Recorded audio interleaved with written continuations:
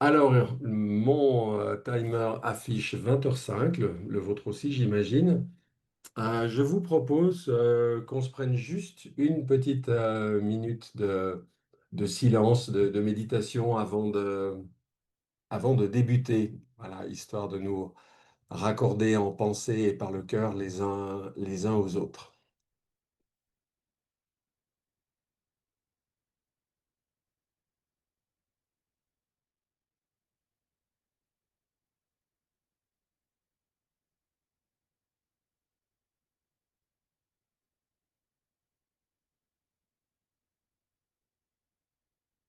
Merci beaucoup. Juste par curiosité, il y en a beaucoup parmi vous qui sont là pour la première fois ce soir? Si vous faites juste un petit coucou que je vois. Ah oui, il y en a quand même quelques-uns, d'accord. D'accord, d'accord. Eh ben, bienvenue à vous. Donc, c'est la troisième soirée, si je ne m'abuse, de ce cycle Zoom. Comme vous le savez, le lendemain, des fois le soir même, je fais un petit montage rapide pour mettre le replay de cette soirée sur ma chaîne YouTube. Donc, elle peut être revue par ceux qui ont envie de la revoir et elle peut être tout simplement vue par ceux et celles qui ne sont pas disponibles à cette heure-ci et que j'en profite pour saluer au passage, quel que soit le moment où il et elle auront l'occasion de visionner ça. Euh, J'avais envie de faire les choses un petit peu différemment ce soir.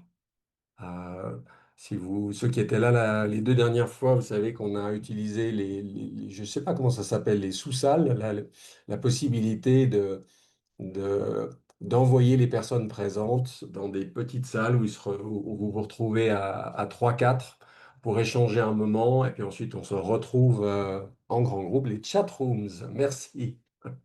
Il y en a qui connaissent mieux le vocabulaire que moi. Donc il y a ces chat rooms et c'est un truc qu'on a fait deux fois et qui a bien plu. Ce soir, j'ai envie de revenir tout à l'heure à quelque chose que j'ai beaucoup fait pendant le Covid, où j'ai animé des soirées Zoom assez régulières. Certains d'entre vous étaient là d'ailleurs, si ma mémoire est bonne. Et on terminait presque toujours par un temps de méditation guidée. Et ce soir, je me suis dit, bah, tiens, on pourrait refaire ça pour varier les plaisirs et ce que nous faisons ensemble. Et puis, en réfléchissant un peu à cette soirée, je me suis dit plusieurs choses. Je me suis dit déjà que bah, ce temps que nous passons ensemble est un peu un sas dans nos vies respectives, un moment un peu à part.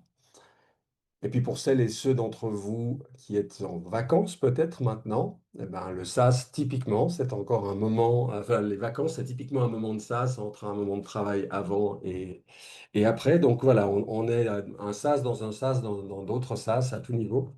Et voilà, j'avais envie que cette soirée soit encore plus un moment, comment dire, un moment de coupure, un moment de partage, un moment hors espace-temps habituel qu'on puisse partager tous ensemble.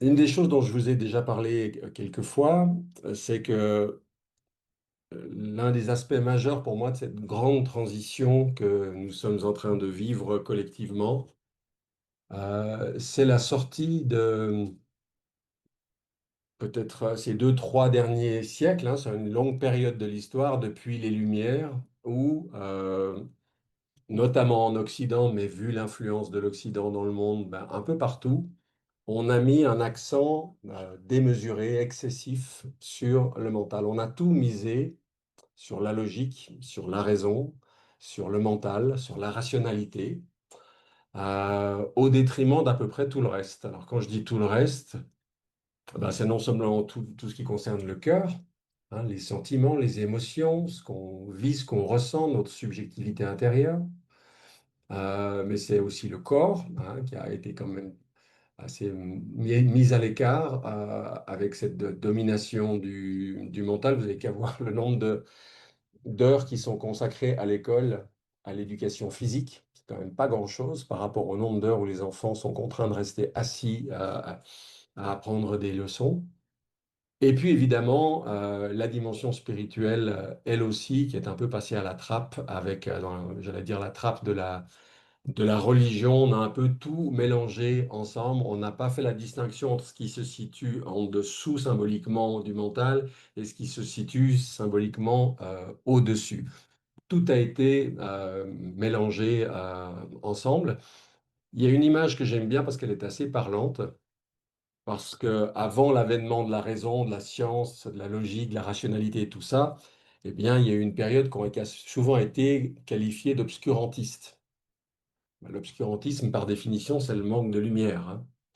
Et ce que j'aime bien dire, c'est que lorsque le soleil de la raison s'est soudain levé sur le monde, de manière massive, hein, avec des figures gigantesques, Newton, Descartes, plein d'autres qui ont amené petit à petit une nouvelle vision du monde. Ben, lorsque ce soleil-là s'est levé, bien sûr qu'il a dissipé énormément d'obscurité, énormément d'ombre qu'il y avait partout, mais ce qu'on oublie de dire, c'est qu'il a aussi fait disparaître la Lune et les étoiles. La Lune, symboliquement, c'est tout le domaine justement du cœur, de l'émotionnel, du ressenti, on va dire de la subjectivité. Si certains d'entre vous sont branchés astrologie, vous savez ce que représente la Lune en astrologie. Et puis les étoiles, elles ont servi à guider les marins, à guider tout le monde pendant des siècles et des millénaires. Donc on a un soleil qui brille, c'est formidable, c'est merveilleux, ça éclaire, ça apporte du savoir, ça apporte des connaissances, et Dieu sait qu'on en est content de ça. Mais on sait aussi, pour le vivre toutes les 24 heures, que le soleil n'est pas destiné à briller tout le temps, parce que s'il brille tout le temps, il finit par tout griller, tout brûler. Donc l'alternance des jours et des nuits, l'alternance des saisons, des cycles de saison sur une année est absolument essentielle au développement de la vie. Et on vit une époque aujourd'hui où on voit de manière flagrante qu'est-ce qui se passe dans une société qui n'a misé que sur le mental et qui a fait l'impasse sur le reste. Voilà. C'est-à-dire qu'on est en train de vivre ce que j'appelle en plaisantant l'obscurantisme des Lumières, la face d'ombre des Lumières, c'est-à-dire de voir ce qui se passe quand ce n'est plus équilibré par le cœur, plus équilibré par l'esprit, plus équilibré par le contact avec le corps, avec la terre, avec le reste. Et je l'ai peut-être déjà donné, mais la répétition étant la base de la pédagogie, je le redirai. Imaginez que vous allez au marché et puis vous allez à l'étal des poissons. Si vous regardez les poissons avec vos yeux, vous ne repérerez pas si jamais il y en a un qui est un peu passé et qui serait impropre à la consommation. Par contre, vous avez un autre organe que les yeux, c'est le nez. Et alors lui, il va tout de suite vous dire, ouh là là, celui-là, on va peut-être éviter de le manger. Pourquoi j'emploie cette image? Parce que symboliquement parlant, vous savez que chacun de nos sens a un équivalent dans nos autres fonctions. Donc le mental est lié à la vue, à la vision. C'est pour ça que c'est aujourd'hui le sens prédominant chez la plupart d'entre nous et qu'on a un vocabulaire qui constamment fait référence au mental par la vision. Vous voyez ce que je veux dire? Ou est-ce qu'il faut que j'apporte d'autres éclairages pour amener un nouveau point de vue, etc. Tout le vocabulaire du mental est lié à la vue. Voilà. Le vocabulaire du cœur, il est beaucoup plus lié avec le nez, hein. Il y a des gens qu'on ne peut pas sentir, hein. Et le verbe sentir s'utilise aussi bien pour tout ce qui relève de l'olfaction que pour ce qui relève du cœur. Et euh, c'est une correspondance que moins de gens connaissent, mais les, les sentiments dégagent une odeur particulière. Alors, quand on parle d'odeur de sainteté, ça veut dire que des gens qui développent des états de conscience extraordinaires dégagent physiquement parlant une odeur qui est aussi particulièrement remarquable. À l'inverse, on sait que la peur sent pas bon, la colère, etc. Et inversement, on utilise, certains font ça en aromathérapie, on peut utiliser certaines huiles essentielles pour favoriser l'émergence de certains sentiments. Alors, si je fais cette analogie, c'est pour dire, voilà, n'utiliser que le mental, c'est comme n'utiliser que la vue. La vue est merveilleuse, Dieu sait si on en a besoin, Dieu sait si elle est précieuse. Pour avoir failli la perdre, je peux vous dire que j'en sais personnellement quelque chose. Mais la vue toute seule, sans l'audition, sans l'odorat, sans le toucher, sans le reste, eh bien, c'est très, très, très incomplet. Et il est indispensable d'avoir cette richesse-là. Donc, de la même manière, d'avoir que le mental avec ses éclairages, avec son savoir, sans avoir le secours du ressenti, du cœur, de l'intuition, du corps, de l'instinct, de toutes ces autres fonctions dont nous sommes dotés, eh bien, au final, ça fait de nous de graves handicapés. Ça fait de nous des analphabètes émotionnels et relationnels. Ça fait de nous ce qu'on voit aujourd'hui, c'est-à-dire des gens qui savent plus entrer en relation les uns avec les autres, qui se séparent d'un coup de SMS. Et puis maintenant, avec l'arrivée de l'intelligence artificielle, eh bien, alors on arrive à des choses d'une proportion absolument extraordinaire. Mais j'ai d'ailleurs envie de vous dire un petit mot à ce sujet parce que si vous êtes comme moi, je crois que c'est difficile de passer une semaine aujourd'hui, voire des fois une journée, sans qu'on nous parle d'intelligence artificielle. Et à ce sujet, on entend dire à peu près tout et son contraire, pour ne pas dire tout et n'importe quoi. De ceux qui nous promettent un avenir mirobolant grâce à elle, à ceux qui nous prédisent que c'est la catastrophe absolue annoncée, jusqu'à ceux même pour qui l'intelligence artificielle est déjà utilisée par des entités négatives et assure la ruine spirituelle de l'humanité. Euh, Ce qui est intéressant, c'est que souvent les gens parlent beaucoup d'eux-mêmes en parlant de cet outil. Je ne sais plus quel sage avait dit cette phrase que je trouve très pertinente à propos de la religion. Il avait dit, la religion rend meilleurs les bonnes gens et rend pires les mauvaises gens. Et j'avais trouvé ça particulièrement pertinent et je pense qu'on a tous et toutes des exemples de la véracité de cette phrase autour de nous. Eh bien, on peut prendre cette phrase et la transposer littéralement avec l'intelligence artificielle. C'est un outil qui peut vraiment rendre des services magnifiques si on sait bien l'utiliser, si on prend le temps. Et ça prend du temps, hein. Moi, je pense que j'ai mis bien 2 mois, 2, 3 mois avant de connaître les limites, les erreurs, ce qu'il fallait faire, pas faire avec cet outil pour que quand j'en ai besoin, et croyez-moi, c'est pas tous les jours, c'est même pas toutes les semaines, quand j'en ai besoin, je l'utilise exactement comme je veux et j'en obtiens effectivement des choses magnifiques. Mais on voit aussi quels sont les résultats quand des gens utilisent ça sans y avoir été formés. Et là, ça peut donner n'importe quoi. J'ai regardé une vidéo pas plus tard que la semaine dernière, euh, tournée aux États-Unis sur une YouTubeuse, qui disait qu'aux États-Unis, ChatGPT est en train de devenir une religion.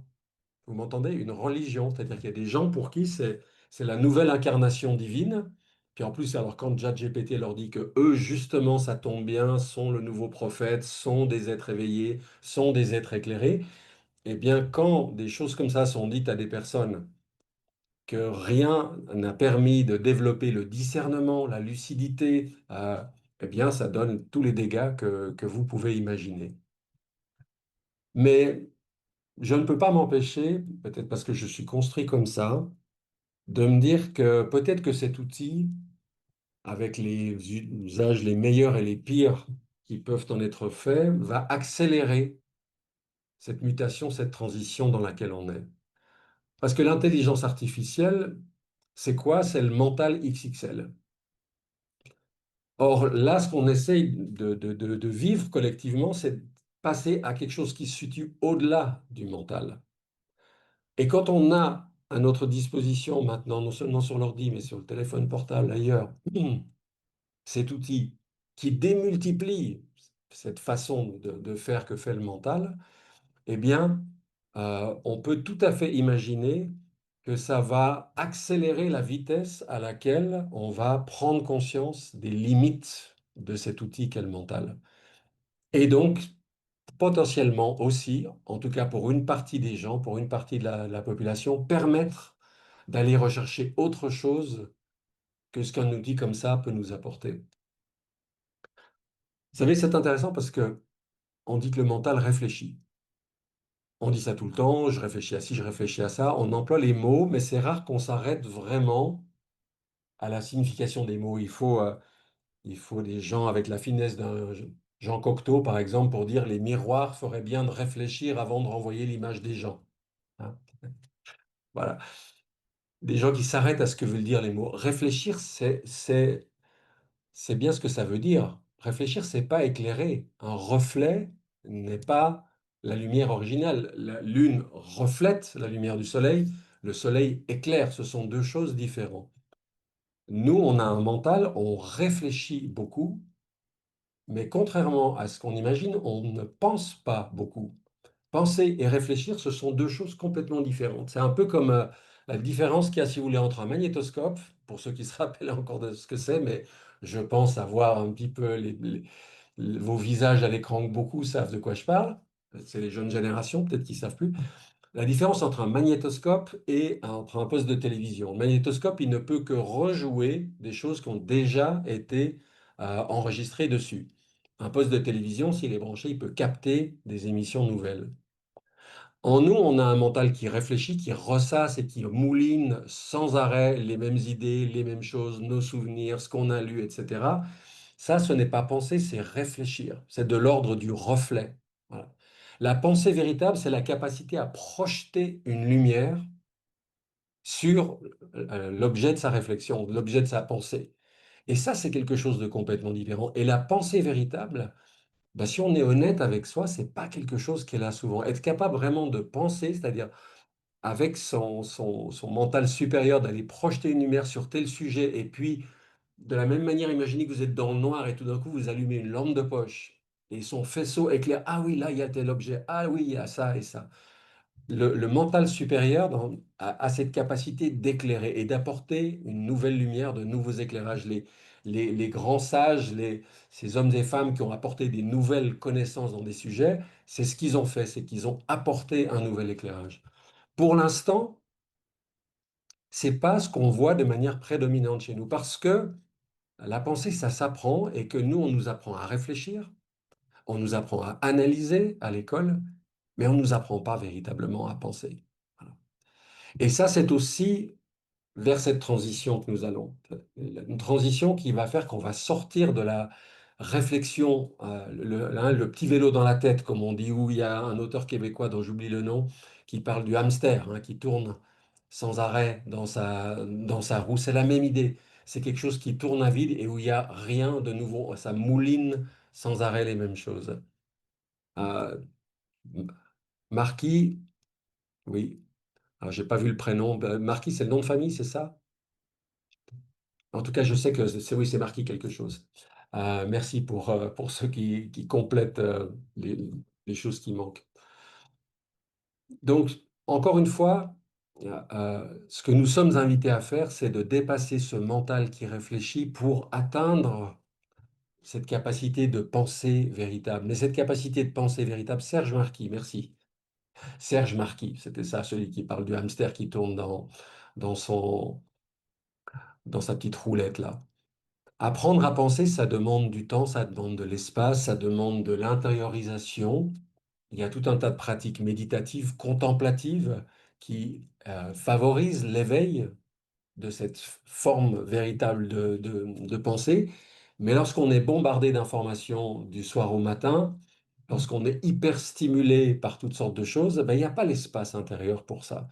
Et la pensée, elle demande ce silence, elle demande, ce vide, elle demande quelque chose qui nous permet vraiment de commencer à essayer de projeter une lumière sur un sujet qui nous intéresse et puis d'aller découvrir à son sujet des choses qu'on n'a jamais lues, qu'on n'a jamais entendues, qu'on n'a jamais vues nulle part ailleurs. L'autre chose à savoir, c'est que ce que j'appelle le mental inférieur, hein, l'intellect tel qu'on l'utilise au quotidien, c'est un très bon cartographe. Il part de la réalité, il en fait des cartes, il nous fait des représentations des gens, des choses, de tout. Mais c'est pas un créateur. C'est pas un architecte qui compose littéralement un plan, une maison, un projet. Et le drame, c'est notre tendance à tous à prendre nos représentations pour la réalité. À prendre, comme on dit dans la sémantique générale, la carte pour le terrain. À prendre l'image sur le GPS pour la route. Ce qui devient très problématique quand le GPS n'a pas été mis à jour depuis 10 ans. Et ça, c'est quelque chose qui est important à pouvoir observer en soi Observez quand on mouline les mêmes idées, observez quand, au lieu d'être en contact avec la réalité, les gens tels qu'ils sont, le monde tel qu'il est, le gouvernement, etc., on jongle avec des représentations, on jongle avec des idées. Pourquoi c'est important? Parce que ceux qui maîtrisent aujourd'hui l'information, ceux qui maîtrisent l'histoire, les narratifs, hein, ce qu'on appelle le storytelling, c'est un mot hyper à la mode, je ne sais pas si vous avez vu, on trouve ça partout maintenant, storytelling. Ben oui, parce que si vous maîtrisez l'histoire que les gens se racontent, eh bien vous avez une influence sur eux qui est absolument considérable. Pourquoi pensez-vous que dans le monde entier, les milliardaires achètent des médias? Parce que à partir du moment où on maîtrise l'information, où on maîtrise le narratif, eh bien, si les gens n'ont pas le recul, n'ont pas le discernement de se dire, attends, j'ai lu ça, mais est-ce que c'est vrai? Est-ce que je peux vérifier? Je ne peux pas vérifier? On va être prudent. On va prendre ça avec des pincettes. Donc, le risque, tant qu'on est dans cet étage mental, hein, c'est de prendre des vessies pour des lanternes, c'est prendre ce qu'on nous raconte pour la réalité. Quand je dis ce qu'on nous raconte, c'est ce qu'on nous raconte aussi bien sur l'Ukraine que sur Gaza, que sur le Covid, que sur à peu près tout. Et vous savez, peut-être que je vous l'ai déjà dit, mais je pense que ça mérite d'être dit. Est-ce que vous avez conscience qu'aujourd'hui, en 2025, en France, il y a des canaux de communication auxquels il nous est interdit d'accéder ici en France? Vous allez en Suisse voisine, vous pouvez. Vous allez en Algérie, vous pouvez. Mais ici en France, on a décidé qu'il y a certains canaux de communication, qu'il y a certaines sources d'informations auxquelles nous n'avons pas le droit d'avoir accès. Je repense à Voltaire qui disait je ne suis pas d'accord avec ce que vous dites, mais je me battrai pour que vous ayez le droit de le dire. C'est fini ça. Je ne suis pas d'accord avec ce que vous dites, puis je me battrai pour que surtout cette information-là, elle sorte jamais. Voyez? Donc, c'est une situation qui est quand même extrêmement importante parce que si nous fonctionnons que dans ce registre mental, si on n'a que le soleil de la raison, si on n'a pas ces autres sens, les étoiles pour nous guider, la lune pour nous donner le ressenti et des perceptions différentes dans la nuit, la lune est claire. Si on n'a pas tout ça, eh bien, on est gravement handicapé et cet handicap fait de nous des gens éminemment manipulable. Je réponds à Natacha qui pose la question, y aura-t-il un replay? Oui, il y aura un replay sur YouTube. Euh, voilà. C'est important de savoir ça. Pourquoi? Parce qu'une fois qu'on sait ça, eh bien, on prend des garde-fous. On prend des garde-fous, c'est-à-dire qu'on arrête de prendre tout ce que le mental nous raconte pour argent comptant. On arrête de prendre aucune source d'information pour argent comptant, même celles qui sont sympas, qu'on aime bien. Et puis qu'on pense qu'elles ont raison parce qu'elles pensent le contraire des médias mainstream, c'est pas parce qu'on pense le contraire des médias mainstream qu'on a forcément raison. Des fois, il y a aussi des conneries, excusez-moi de le dire, dans des sources alternatives. Donc le discernement, il va plus loin que simplement sortir de ce que dit tout le monde et juste aller prendre une source un peu atypique ailleurs. C'est très exigeant finalement. C'est très exigeant, mais si on veut aller vers une nouvelle liberté, si on veut aller vers une nouvelle conscience, euh, ça devient vraiment un impératif. Et des fois, je dis en plaisantant que je pense que viendra un moment bientôt où fake news, ça sera un pléonasme. Fake news, un pléonasme. Parce que les nouvelles, les infos, c'est pas une vérité absolue. Et là, il y a une éducation qui n'est pas faite, c'est-à-dire que toute information qu'on nous donne, elle est donnée par une certaine personne dans un contexte avec un certain point de vue et qui est transmis par un média qui a son agenda et ses attentes, etc. Alors les gens disent, oui, mais moi, me base sur des faits. Ah, c'est formidable ça. Est-ce que vous avez réfléchi 2 secondes, comme au mot réfléchir, justement, à ce qu'on dit quand on dit un fait? En anglais, c'est le même mot fact. C'est quelque chose qu'on a fait. C'est quelque chose qu'on a fait. Un fait, c'est pas un truc qui existe comme ça de manière transcendante, universelle, absolue. C'est quelque chose qui a été déjà fabriqué. Ça va loin, hein, ça nous déstabilise un petit peu de nous dire il n'y a pas une réalité objective qui est là, qu'un observateur parfaitement objectif, indépendant et neutre va pouvoir observer, décrire et nous restituer sans qu'il y ait tous ces filtres-là qui font que, comme je disais tout à l'heure, fake news. Un jour, on considérera que c'est un pléonasme. Un autre pléonasme, tiens, allez, une histoire vraie. D'après une histoire vraie, une histoire vraie. Hein, on a entendu ça.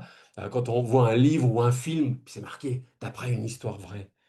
Mais une histoire, par définition, ce n'est pas vrai. Une histoire, c'est une histoire. Une histoire, c'est une manière de raconter ce qu'on voit. Mais il y en a 10, 100, il y en a 1000.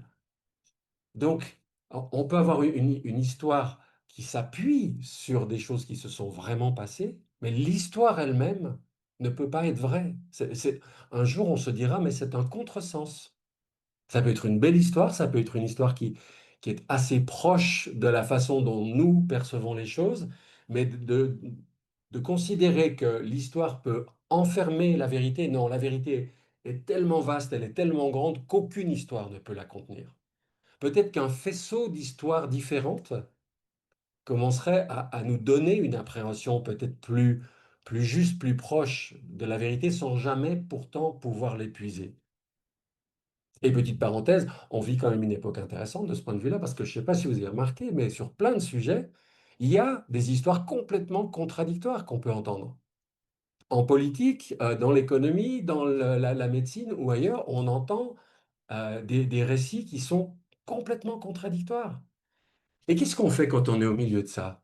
Quand les uns disent blanc, les autres disent noir, les uns disent haut, les autres disent bas, qu'est-ce qu'on fait, nous, au milieu de tout ça, avec le niveau de compétence et de connaissance et d'expertise que nous avons, qui est généralement pas forcément celui des professeurs, des experts, des PhD et autres qui parlent? Eh bien, moi, je trouve ça intéressant parce que, eh bien, ça nous amène à nous dire, attends, mais je ne peux pas prendre appui intérieurement sur ce que je sais. Je peux prendre appui sur ce que j'ai vécu, sur ce que je connais, mais connaître, c'est pas la même chose que savoir. La connaissance, c'est le savoir incarné, vérifié par l'expérience vécue. Le savoir, les infos, c'est ce qu'il y a dans les livres, c'est ce qu'il y a dans les news, c'est ce qu'il y a. Mais ce savoir-là, est-ce qu'il est vrai? Est-ce que je peux faire confiance à ceux qui me le transmettent? Ben, on voit bien aujourd'hui que c'est devenu très très compliqué cette idée de confiance. Et donc, on est nombreux aujourd'hui à douter, à remettre en question, à se poser des questions. Et ça, c'est salutaire. Et ça débouche à un moment sur le fait de se dire, sur quoi je vais prendre appui? Intérieurement, sur quoi je peux me construire et me développer. Et je sais que ça, c'est solide. Et la première chose qu'on constate, c'est que ça ne sera pas le mental. Parce que le mental, justement, est manipulable à l'infini. Parce que le mental est capable de défendre absolument n'importe quel point de vue et son contraire. Hein. Donc vous mettez face à face un vegan et un carnivore, les deux vous démontreront pourquoi alors ma façon de manger est la meilleure. Vous mettez quelqu'un qui défend l'ultralibéralisme et puis l'autre, l'État social, ils vous démontreront avec force argument la pertinence de ce qu'ils pensent. Tout et son contraire peut être défendu par le mental. Donc si on cherche ce qui est vrai, si on cherche ce qui est réel, si on cherche ce qui est validé, c'est pas à ce niveau-là qu'on va le trouver. On va le trouver intérieurement, on va le trouver en se reliant à son cœur, à son ressenti. Hein, comme je disais tout à l'heure, pas les yeux pour évaluer le poisson, mais le nez. Il y a des choses où intellectuellement on ne sait pas trop, mais pourtant le cœur, il y a quelque chose, il y a un ressenti qui nous dit ça c'est OK, ça c'est pas OK. Il y a un ressenti qui nous dit celui-là, il est en train de me raconter n'importe quoi. Son argumentaire est nickel, tout est parfait, tout est joli, mais c'est drôle, j'en crois pas un mot. Il y a un truc en moi, il y a le plexus qui se noue, il y a quelque chose qui se bloque. J'ai pas les arguments qu'il faut pour contrer ce qu'il me raconte, mais j'en crois pas un mot quand même. Voilà. Et ça, ces ressentis-là, ben, ils se situent ailleurs. Ils se situent, comme je disais, dans le cœur, parfois dans le corps. C'est étonnant ce que le corps peut nous dire comme message, parce qu'on a des muscles, on a des choses qui sont fluides ou qui se coincent ou qui se fichent. Si on est attentif à ce qui se passe dans notre corps quand on écoute les nouvelles, quand on discute avec quelqu'un, on a plein de signaux qui nous viennent là. Et puis après, ben, il y a toute cette dimension qu'on peut appeler spirituel pour prendre ce mot-là, où là aussi on peut avoir une forme de clairvoyance, on peut sentir des choses, on peut avoir une intuition qui dépasse tous les canaux habituels de connaissance et qui fait que là on se dit, là je touche quelque chose de vrai, d'authentique, de fiable, mais encore une fois, c'est pas dans le plan mental. Et je voudrais pas donner l'impression que je dis que le mental c'est nul et que c'est pas bien et qu'il faut s'en passer, etc. J'ai assez dit que on a trop diabolisé le mental au point d'avoir des gens qui manquent de tout discernement et de toute jugeote. Non, le mental c'est un très bel outil, mais c'est comme l'IA, il faut savoir s'en servir, il faut savoir à quoi il sert et à quoi il est parfaitement inutile. Il faut savoir quand il est le moment d'aller le chercher et quand c'est le moment de le poser et d'aller se fier à autre chose en soi. Voilà. Si on n'utilise que ça, eh ben là, effectivement, on se fait couillonner. Mais si on sait varier, de la même manière qu'on est capable d'utiliser l'ouïe, on est capable d'utiliser l'odorat, le goût, le toucher, et que c'est la richesse de ces cinq sens qui nous donne une appréhension la plus complète possible du monde, il n'y a aucune raison pour se focaliser sur l'intellect, sur le mental, sur la pensée, au détriment du cœur, au détriment du corps, au détriment de l'instinct, au détriment de l'âme, au détriment de nos dimensions spirituelles multiples et variées. Donc, si je reviens à l'intelligence artificielle, ben, on est déjà aujourd'hui, je ne sais pas si vous bidouillez un peu là-dessus, si vous regardez un peu, mais on est déjà à un point où on peut tout tricher. Vous pouvez partir d'une photo et l'IA va vous animer cette photo. Vous avez une photo d'un parent qui a été prise il y a 30 ans, qui est décédé depuis. Tout d'un coup, vous allez le voir parler. Si vous avez un échantillon de sa voix, vous donnez l'échantillon de la voix à l'IA, vous lui dites le texte à lire et vous voyez cette photo, donc statique, s'animer. Vous voyez les ombres, enfin tout ce qui fait que ça a l'air réel et avec la voix de la personne en question. Donc, projetons-nous il n'y a pas besoin de dire 10 ans parce qu'à la vitesse où vont les choses avec l'IA, ça risque d'aller très très très vite. Tous les 6 mois, les changements sont spectaculaires. Ça veut dire que très bientôt, il n'y aura plus une image, il n'y aura plus une vidéo, il n'y aura plus un reel, comme ils appellent ça, un réel, sur Instagram ou TikTok, dont on pourra se dire, ça c'est authentique. Alors déjà, de temps en temps, on tombe sur des trucs qui sont assez mal faits, où on se dit, non, non, là, l'espèce de tsunami qui me monte là-bas, il n'a jamais eu lieu, hein. Mais les progrès sont tellement spectaculaires que viendra très rapidement le moment où nous serons incapables de distinguer euh, une vraie vidéo d'une fausse, un vrai morceau de musique d'un faux, un vrai livre d'un faux, un vrai poème d'un faux, etc. Ça peut être effrayant d'un côté, mais d'un autre côté, encore une fois, je reviens à ce que je disais au début, moi je vois une forme d'espoir à travers ça, que ça va accélérer cette bascule, que ça va nous forcer, tous ceux et celles d'entre nous qui sont prêts à le faire, à passer à l'étape d'après. Et à se dire maintenant, le mental c'est un outil, je m'en sers quand j'en ai besoin, mais je médite, mais je prie, mais je fais ce qu'il faut pour retrouver un cœur aimant qui n'est pas blessé de toutes parts et qui a du mal à aimer et qui s'est mis une espèce de carapace autour pour pas trop être blessé. Euh, et plus je fais ça, et plus petit à petit, euh, eh bien, je commence à vivre dans un autre monde. C'est-à-dire que toutes les fréquences que j'avais coupées parce qu'il n'y avait que la bande passante mentale, en dessous, il n'y a rien. Ben, tout d'un coup, ces fréquences-là, je commence à les capter. Et on voit bien que de plus en plus de gens les captent. Euh, On voit le nombre de personnes qui ont des sensibilités inédites, hein. Alors ça va des hypersensibles à, pour prendre un exemple parmi d'autres, à des gens en géobiologie qui détectent l'eau, qui détectent ce qui ne va pas dans un bâtiment. Ça va à toutes sortes de perceptions qui ont été longtemps rejetées, taxées de fumisterie, mais ça n'a pas empêché les gens de travailler, de les développer, et on se rend compte qu'en fait le spectre de capacité de l'être humain, il est extraordinaire.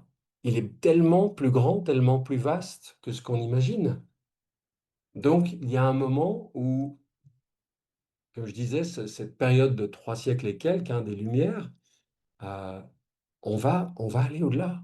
On va passer à autre chose. Et nous, on est dans ce sas, on est dans cet entre-deux. C'est-à-dire, d'un côté, peut-être que vous avez un métier où on vous demande d'être un ou une scientifique ric-et-rac, de vous en tenir aux faits, aux chiffres, aux statistiques, etc. Mais si ça se trouve, les week-ends, vous allez faire des stages pour parler aux arbres et puis pour faire du massage énergétique ou utiliser une baguette de sourcier ou développer des compétences chamaniques ou que sais-je. Donc, vous avez un peu l'impression d'avoir un pied dans un monde et un pied dans un autre et c'est pas toujours facile à jongler.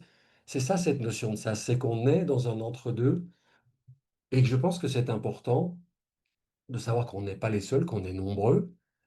Il y a des revues, il y a des chaînes YouTube, il y a des ressources qui nous aident là-dedans. Moi, j'ai le souvenir de l'apparition de Inexploré, hein. J'imagine que certains d'entre vous connaissent cette revue qui a été créée au départ par Stéphane Alix et quelques autres.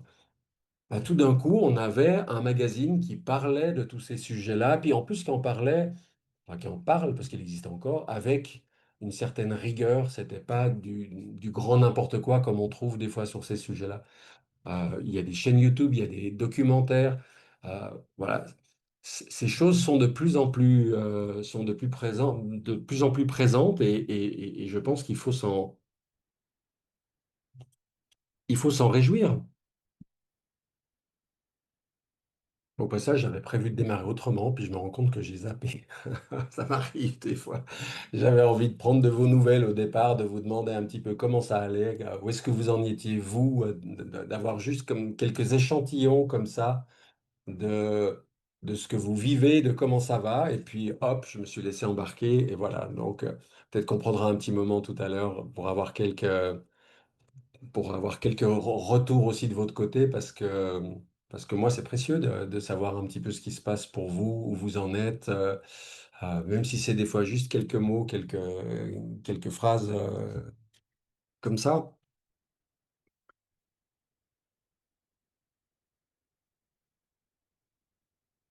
J'ai pris quelques notes quand même, parce que des fois, je m'embarque, et puis ensuite, je sais plus où je me retrouve. Et en même temps, c'est aussi le luxe que je me suis offert avec le SAS, c'est de pouvoir être là avec vous, d'avoir quelques idées à l'avance, et puis de voir où ça a envie de partir, où ça a envie d'aller, et puis de faire en fonction.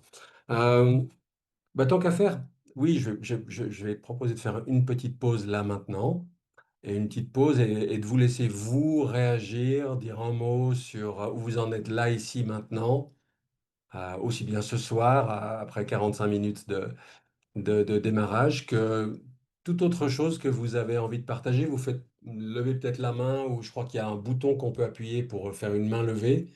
Et puis, Émilie, tu nous diras qui a envie de prendre la parole. Et comme en général, la première prise de parole est toujours la plus difficile, je vous propose qu'on passe directement à la seconde.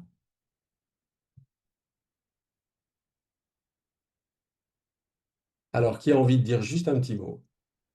Comment ça va pour vous ce soir?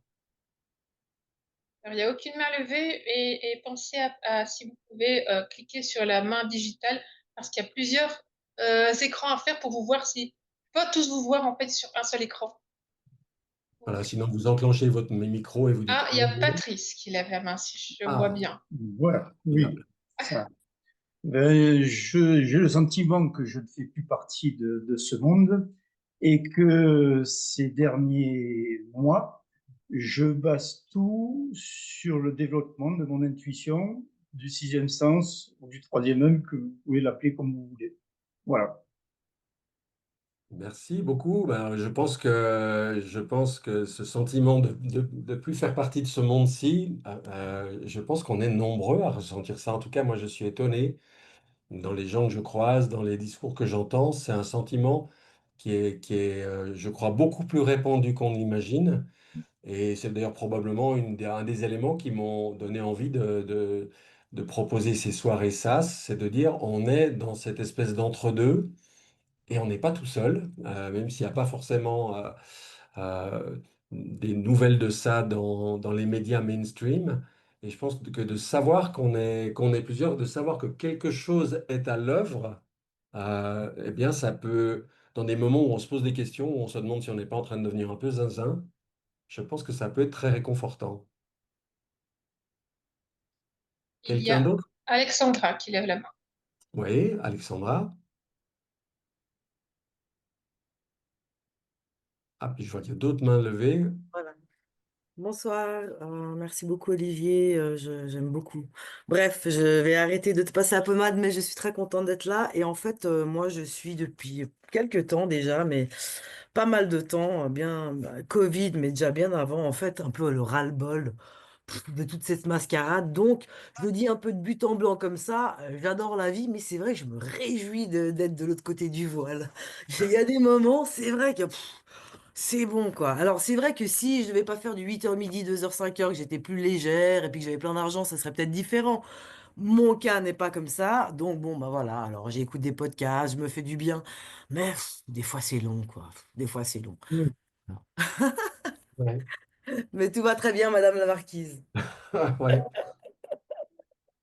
Et puis en même temps, moi, je suis étonné des fois de voir que dans les contextes les plus inattendus, alors moi, j'habite pas en ville, mais quand je vais en ville, je suis souvent étonné de voir que dans un resto, des fois même dans les transports en commun, des fois sur une intuition, un regard ou quelque chose, on arrive à amorcer un échange avec quelqu'un et puis de se rendre compte qu'il y a des gens qui se posent les mêmes questions, qui sont branchés sur les mêmes choses, qui sont pas très loin en fait à trouver autour de nous.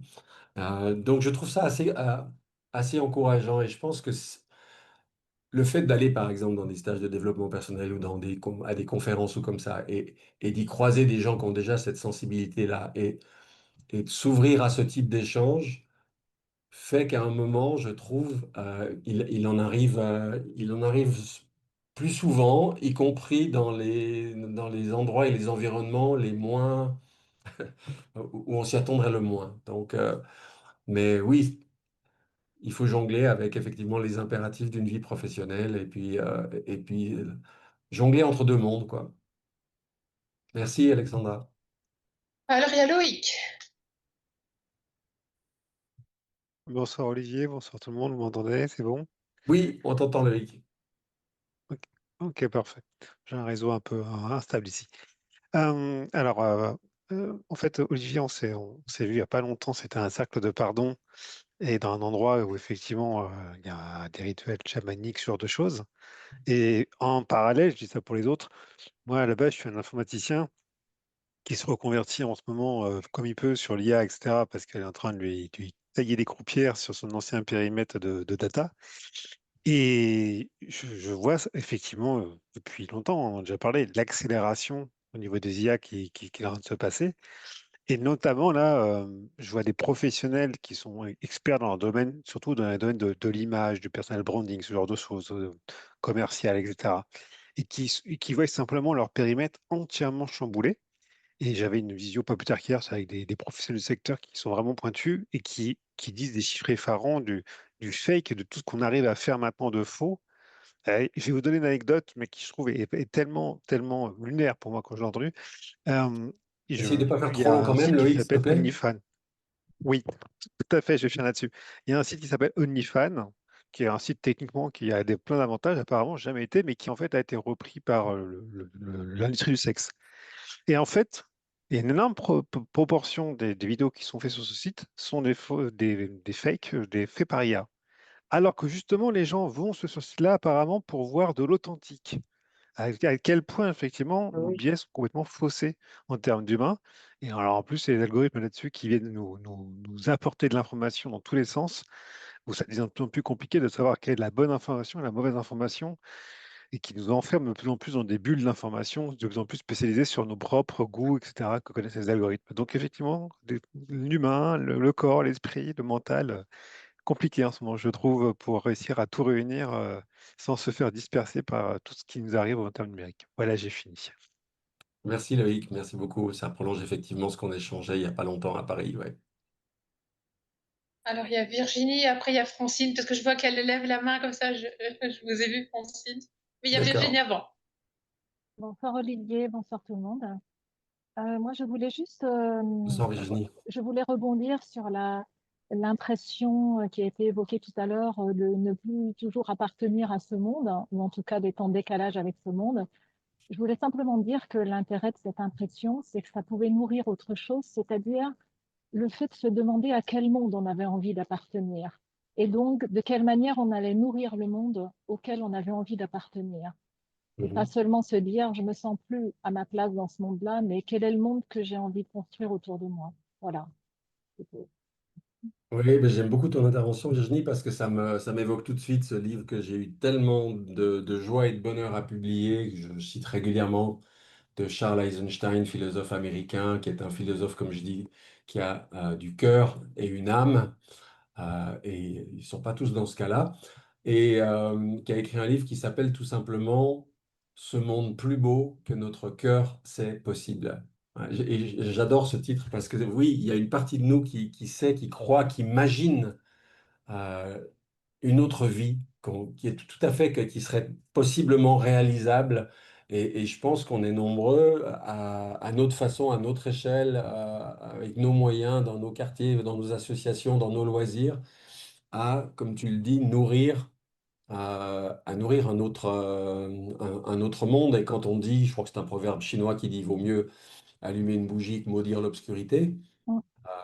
Ben, c'est exactement ça. C'est de dire, euh, au lieu de dépenser de l'énergie à essayer de combattre ce que d'une part, je suis pas en mesure de combattre, d'autre part, ce qui ne va finalement que renforcer, comment je peux alimenter quelque chose qui va dans le sens de ce dont je rêve, ce que mon cœur sait être réalisable.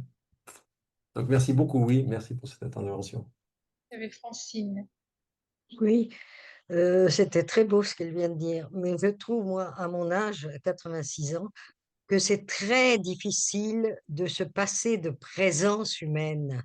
Parce que, bon, l'internet, d'abord, je suis très maladroite, avec tout ça, et bon, j'achète des trucs, j'arrive pas à les suivre.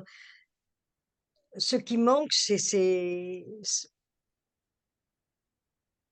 de se rencontrer. Bon, on va à des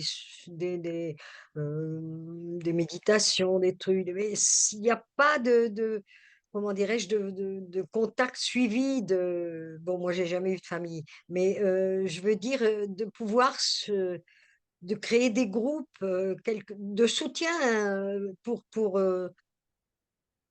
de présence humaine. Voilà, ça me manque et c'est difficile Oui, et ça fait une perte de sens.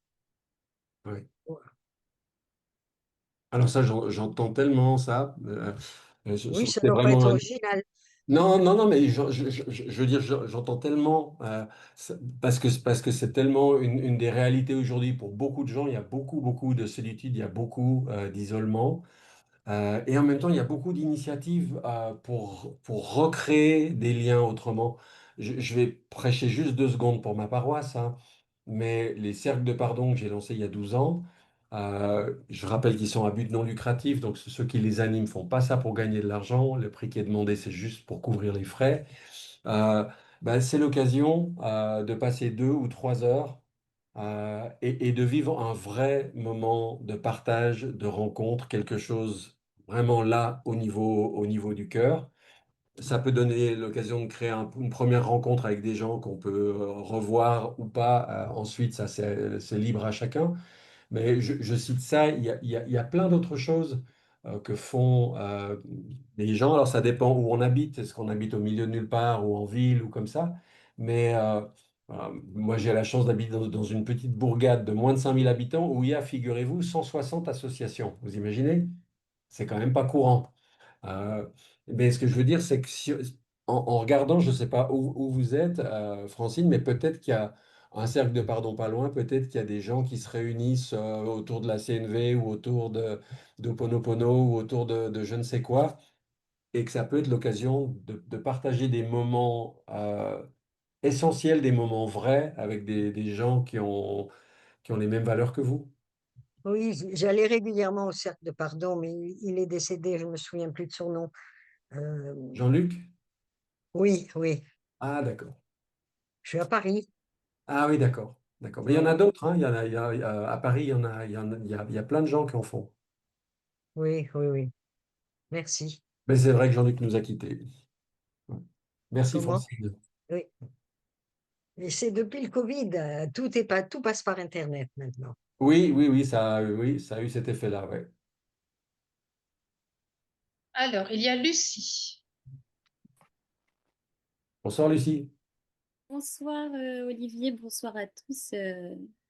Je vais partager une expérience, celle d'hier soir, d'hier.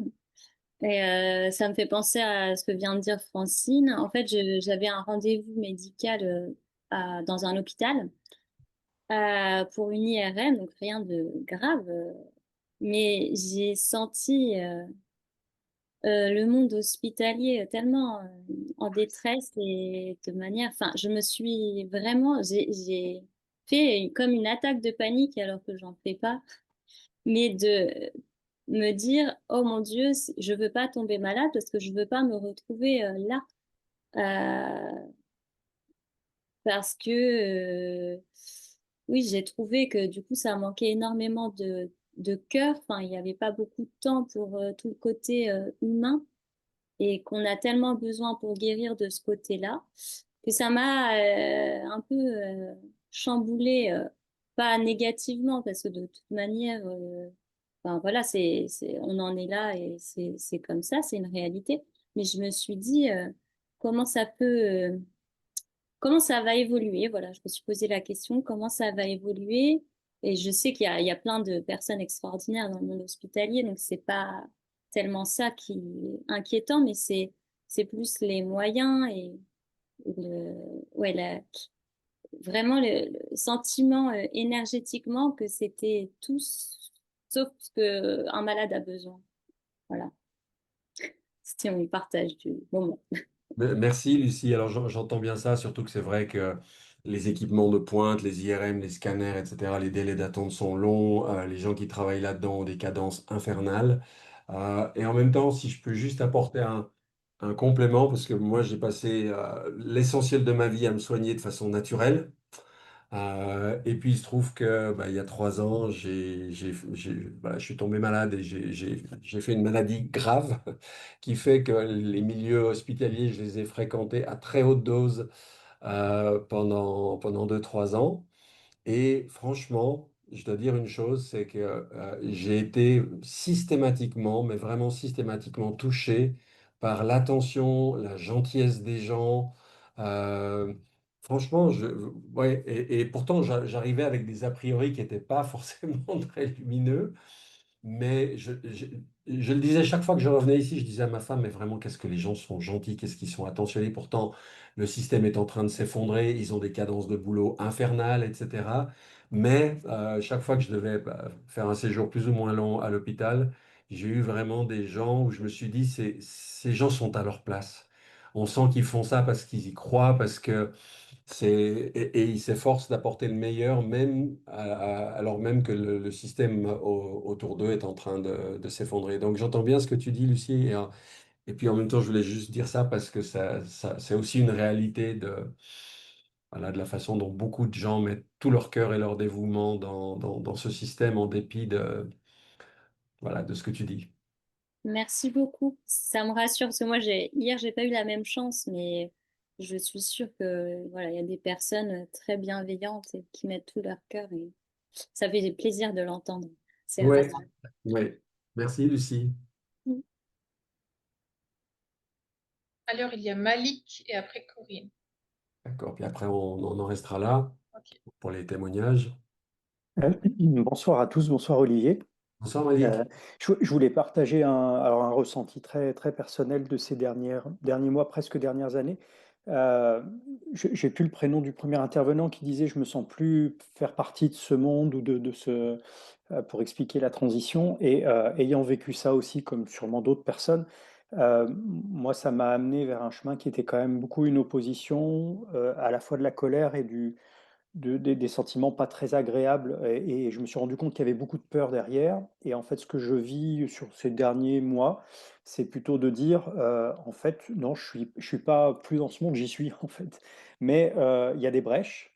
Et ces brèches, elles sont sympas et elles font partie de ce qu'on vit aujourd'hui. Donc, ce qu'il faut, de mon point de vue, et c'est ce que je vis, c'est de mettre plus d'attention sur quelles sont les brèches, quelles sont les nouvelles expériences, quelles sont les choses qui prouvent qu'il y a une autre réalité. Mais je me sens plus apaisé à faire ça que de me sentir toujours soit un peu en peur de, tiens, le système médical ou voilà ce que vient d'expliquer Lucie ou l'IA, etc. C'est plus de dire, bon, bah, on peut l'aborder autrement. Et il y a plutôt des choses sympas à creuser. Donc, libre à nous d'aller creuser ces brèches ou ces nouvelles portes. Et ça me permet, sur ces derniers mois, d'être beaucoup plus apaisé et avec les mêmes sujets finalement. Et je me rends compte qu'il y a des choses qui m'agacent moins, qui me font pas peur et qui sont même plutôt stimulantes. Donc, j'ai retrouvé aussi de l'humour et de la dérision sur certains sujets. Donc ça, pour moi, c'est un signal, c'est un bon signal aussi. Ah oui, carrément. Carrément. Merci beaucoup pour ce partage, Malik. Et puis ça va tout à fait dans le sens de ce que j'aimerais qu'on partage après durant la méditation que je vais vous proposer. Mais effectivement, l'idée, c'est quand même de trouver un point d'appui, un ancrage en soi, une manière d'habiter ce monde tel qu'il est en ce moment, avec tout ce qu'on sait, et en même temps de pouvoir faire en sorte que ça ne nous touche plus de la même manière et qu'on puisse continuer d'y faire ce qu'on peut y faire. Alors, je pense qu'on passe tous par tout ce que tu as décrit, hein, des moments de révolte, des moments de colère, des moments de... Et puis, l'idée, et c'est aussi pour ça que je voulais mettre en place ça, c'est d'arriver à cheminer jusqu'au moment où on trouve ce point-là qui fait pas disparaître les emmerdes, dirait Aznavour, mais qui permet de les traverser différemment. J'ai d'ailleurs plusieurs fois cité cet auteur et je le refais encore parce que je ne le citerai jamais assez, qui est Jacques Lucéran. Euh, Franchement, si vous avez l'occasion, lisez, relisez, parce que chacun de ses livres peut être lu 4 ou 5 fois. Lisez d'abord Et la lumière fut, qui est le premier qu'il a écrit. Mais je dirais tout autant le second, Le Monde commence aujourd'hui, que j'ai fini par mettre en Kindle, sur mon téléphone, sur mon iPad, partout. Ce qui fait qu'à la moindre occasion, je relis des passages que j'ai surlignés parce que vraiment il donne des clés pour ça, pour voir à travers finalement cette réalité qu'on vit et, et, et pouvoir garder l'essentiel. Chez lui, c'était beaucoup la joie. Mais voilà, garder l'essentiel. Ouais. Merci beaucoup, Malik. Et il nous restait, je crois, une personne. Corinne, c'était moi. J'avais baissé la main parce que ça, c'est complémentaire à Malik. Merci Malik. J'ai une nature anxieuse et je me soigne pour ça. Je considère pas le monde qu'on vit actuellement comme quelque chose de particulièrement anxiogène. Je pense que c'est un état de crise qui est normal, qui a toujours existé depuis que l'humanité existe. On a toujours eu des cycles avec des cycles de paix, des cycles de compréhension et des cycles de crise. Et je trouve que ce monde-là nous offre la possibilité de faire autrement et peut-être de laisser tomber tous nos vieux schémas et de faire autrement. Et notamment le lien, la question du lien dont parlait tout à l'heure la Francine. personne. Voilà. Et je pense on est invité à créer un lien autrement. Effectivement, peut-être pas par le mental, mais avec d'autres formes de connaissances ou de sens, effectivement. Et je trouve que si on garde le discernement, ça nous permet de pas être toujours en contre-réaction ou en réaction contre quelque chose. Ça permet juste de faire les choses autrement.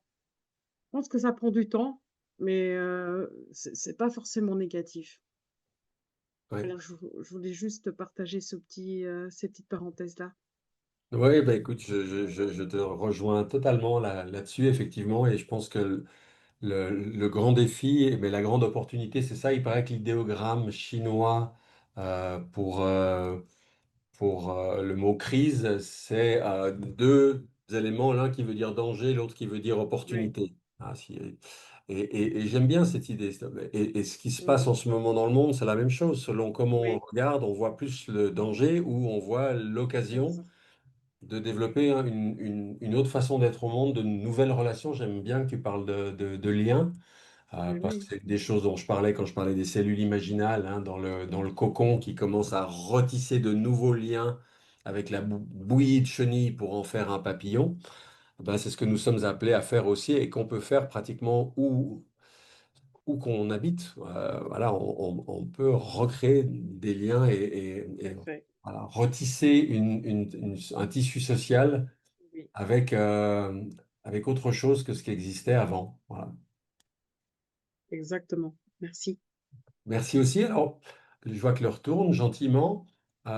Si vous êtes d'accord, ça c'est une formule de politesse, mais enfin, ce que je vous propose, c'est qu'on se prenne un temps de méditation guidée, voilà, tous ensemble. Et quand je dis tous ensemble, c'est pas seulement tous ceux et celles qui êtes là en ce moment ce soir, mais c'est aussi tous ceux et celles qui potentiellement écouteront ceci je ne sais quand et qui auront la possibilité de faire cette méditation. Je pense que ces méditations, pour moi, elles sont hors temps, hors espace, et que quand on se relie à quelque chose comme ça à travers un replay, on touche un champ de pensée, on touche un égrégore, on touche un champ morphique, dirait Rupert Sheldrake, qui est, oui, qui est vraiment hors temps, hors espace et qu'on alimente en prenant un petit moment pour participer à ce qui nous est, à ce qui nous est offert.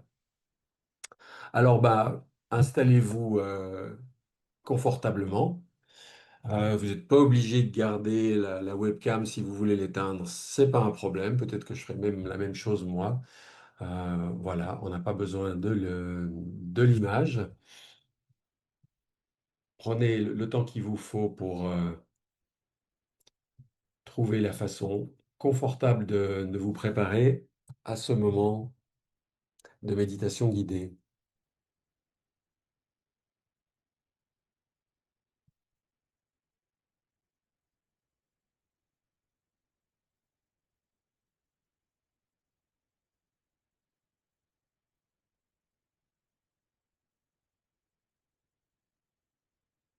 Alors, une fois que vous êtes bien installé, je vous invite à commencer par prendre plusieurs respirations profondes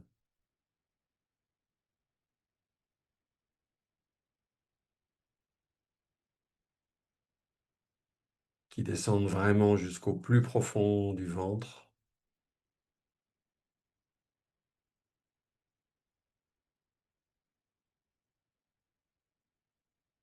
Prendre conscience de ce souffle, de cet air que nous partageons, qui nous fait vivre à chaque instant, à chaque respiration.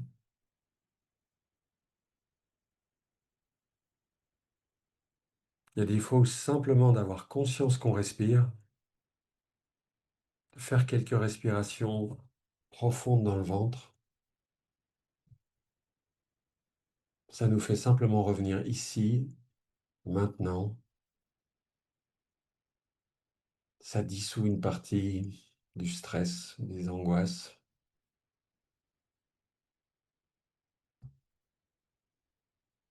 Il n'y a rien de plus banal apparemment que la respiration. Et pourtant, comme l'enseignent de très nombreuses traditions spirituelles d'Orient et d'Occident, c'est un des outils les plus fantastiques pour revenir à soi, pour revenir dans le corps, pour calmer le mental, pour retrouver son centre intérieur. Et c'est quelque chose qu'on peut faire n'importe où, n'importe quand.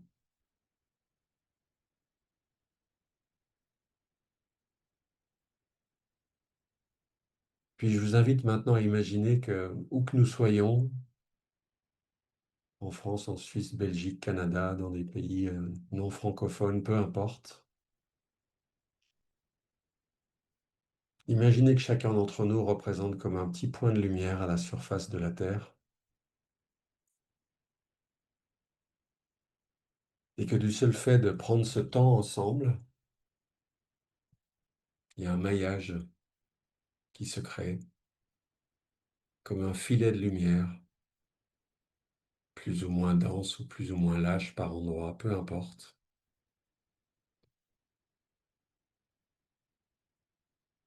Imaginez ce filet, cette grille de lumière qui nous relie,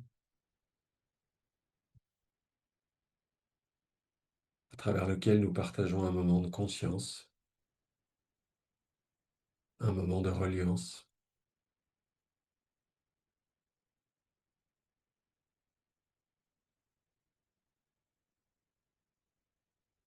Et imaginez que ce filet est relié, tiens, on pourrait dire au soleil. Voilà, que la lumière qui circule à travers tous ces points, elle nous vient du soleil, elle nous vient de cette source de lumière, cette source de chaleur, cette source de vie, grâce à laquelle toute chose se développe et existe sur cette terre. Imaginez que c'est cette lumière-là qui circule et qui s'échange à travers nous.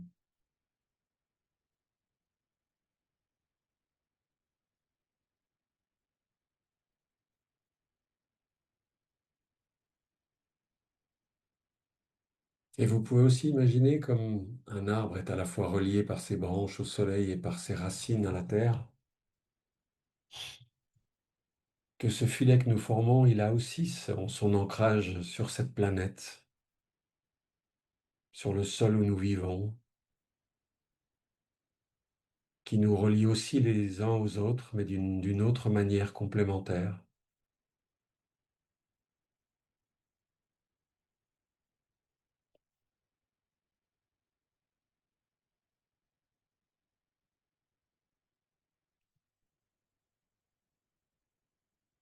Imaginez qu'à travers nous tous et toutes, et bien au-delà, à travers tout ce qui vit sur cette planète,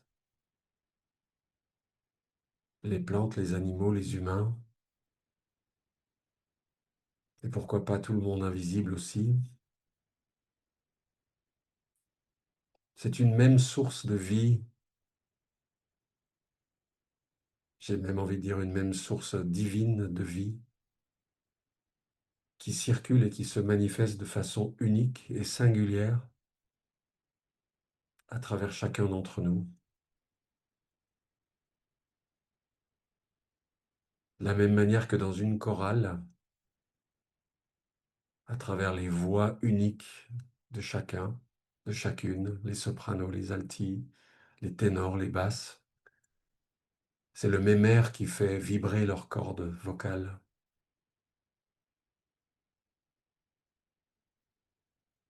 En nous aussi, à travers notre conscience, c'est quelque chose d'infiniment plus grand, plus vaste, plus aimant, plus sage, plus puissant, qui se manifeste en nous à travers nos pensées, nos sentiments, à travers nos gestes, nos mouvements, tout ce que nous réalisons.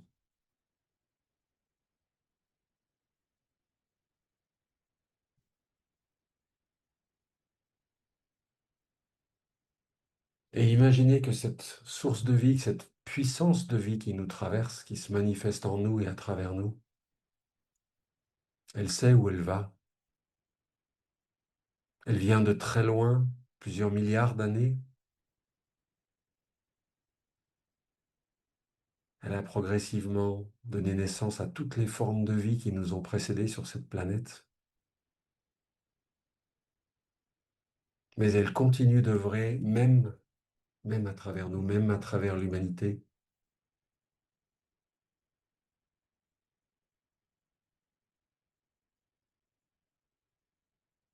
Il y a quelque chose qui est à l'œuvre,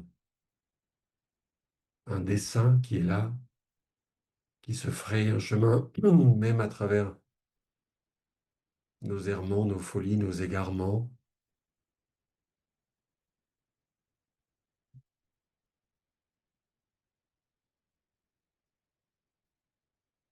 Et qu'au fond, la chose la plus simple que nous puissions faire, que ce soit le matin au réveil ou à n'importe quel moment dans la journée, ça prend 2 secondes, c'est de se relier à cette source et de lui dire utilise-moi, manifeste-toi à travers moi, à travers mon regard, à travers ma parole, à travers mes gestes, même à mon insu, même sans que je le sache et sans que je le voie, que ma présence sur Terre soit pareille à ces antennes qu'on voit partout dans le paysage et qui transmettent la 4G, la 5G, ce que vous voulez, fait que je sois moi une antenne vivante, qu'à travers moi des connexions se fassent avec d'autres qui rêvent de ce monde plus beau comme mon cœur en rêve aussi. Fais de moi un émetteur, une émettrice, et en même temps rends-moi sensible, attentif à ce que d'autres émettent, que je puisse aussi capter ce qui vient à moi.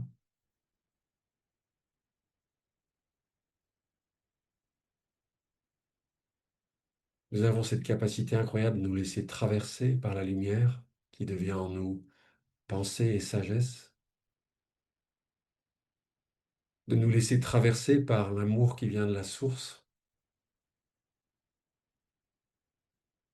dans toutes ces déclinaisons de la douceur à la gentillesse, à la compassion, à l'empathie, à l'écoute, à la présence, de nous laisser traverser tout simplement par la vie elle-même, par cette force vitale qui nous permet d'agir.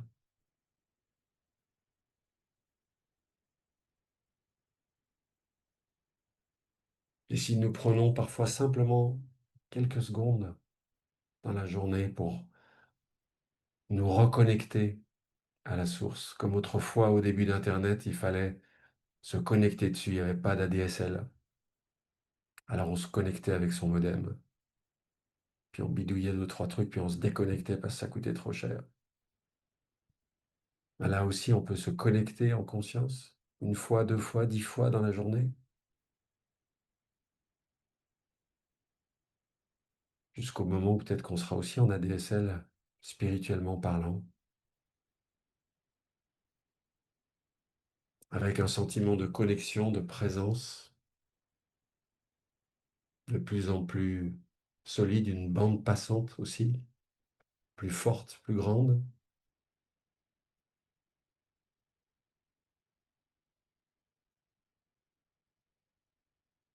Et imaginez comment, à mesure que le courant s'intensifie, ben ce filet, ce maillage que nous formons, brille plus fort, favorise de nouvelles connexions à d'autres personnes, comment il rayonne sur tous ceux et celles que nous aimons, qui nous sont chers, pour commencer, et à travers eux vers d'autres. Et comment ce maillage qui peut-être au départ ne regroupait que quelques dizaines de personnes, tout d'un coup peut en toucher des centaines, des milliers,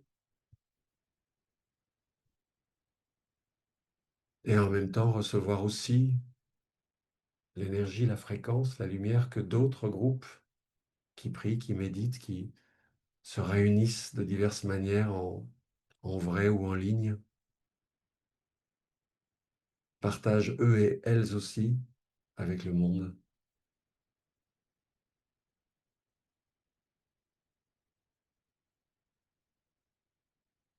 Et imaginez un instant ce que ça fait que de se sentir reliés les uns aux autres. Au milieu de toute la frénésie de ce monde et de nos obligations professionnelles, familiales, associatives ou que sais-je, d'avoir des moments juste une espèce de bouffée de conscience et de se dire, ah oui, mais à un niveau, je suis pas seul, à un niveau, je suis toujours relié à tous ceux et celles qui œuvrent dans le même sens que moi. Je suis soutenu par eux et elles, de la même manière qu'elles aussi me soutiennent. Quelque chose se tisse, se trame, se développe, et j'y participe chaque fois que j'en ai l'occasion.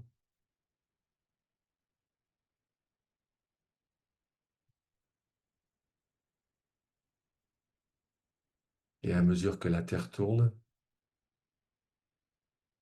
que le jour succède à la nuit, et une nouvelle nuit et un nouveau jour, Ce filet, ce maillage s'éclaire par endroits différents à travers la planète et puis reprend et continue.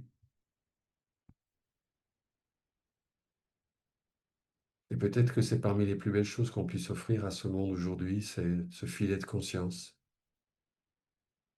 ce filet fraternel, ce filet d'amour tout simplement, de reliance.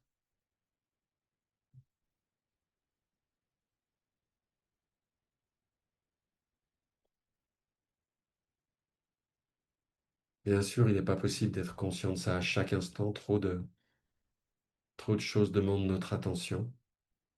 Et pourtant, il suffit de poser une intention le matin au réveil ou avant de partir, de demander à ce que cette source nous traverse, même sans que nous en ayons la moindre conscience, et de se dire, ça opère, ça se fait, ça agit, à travers mes regards, à travers ce que je dis, à travers ma présence dans un bus, dans la rue, dans le métro. Si je le demande, si je le veux bien, si je me laisse traverser,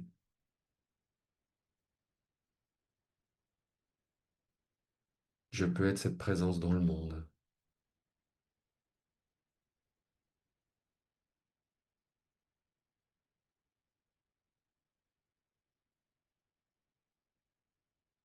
Et j'ai envie de partager avec vous une prière toute simple qui m'a été donnée il y a plus de 30 ans. Juste 6 lignes très courtes, qui est une manière d'incarner ce qu'on vient d'évoquer. Cette prière dit simplement ceci.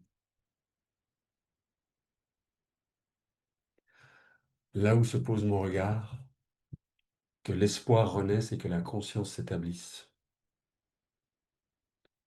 Là où porte ma voix, que refleurissent l'amour et la sagesse. Là où je pose la main, que recircule la vie abondante et généreuse. Là où je passe, que le bonheur afflue. Là où je siège, que la vérité transparaisse. Là où je demeure, que la lumière soit.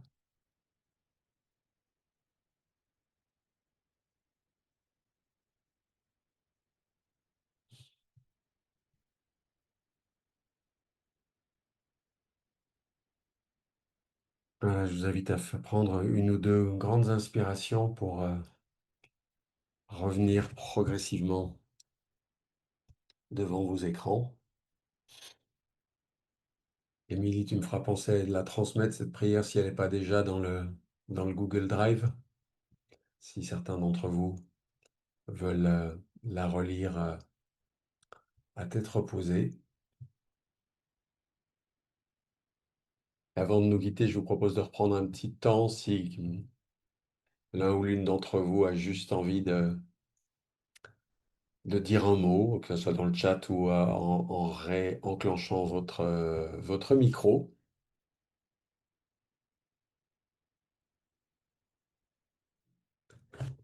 Olivier, Oui. cette méditation m'a donné envie de remettre en route le gong tous les quarts d'heure comme tu nous avais proposé dans une formation il y a très longtemps.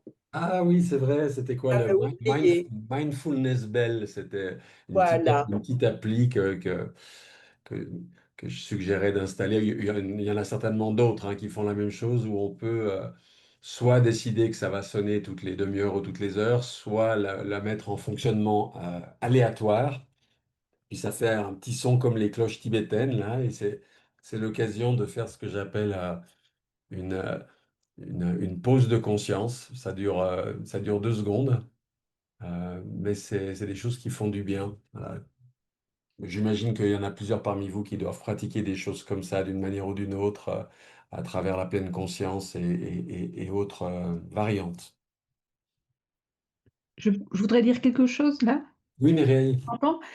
Merci beaucoup en tout cas et à tous ceux qui ont pris part au message positif, je trouve que c'est important d'être conscient qu'on peut parler et ouvrir un monde nous-mêmes en rencontrant des gens. Et je constate ici en Belgique que ça se fait beaucoup.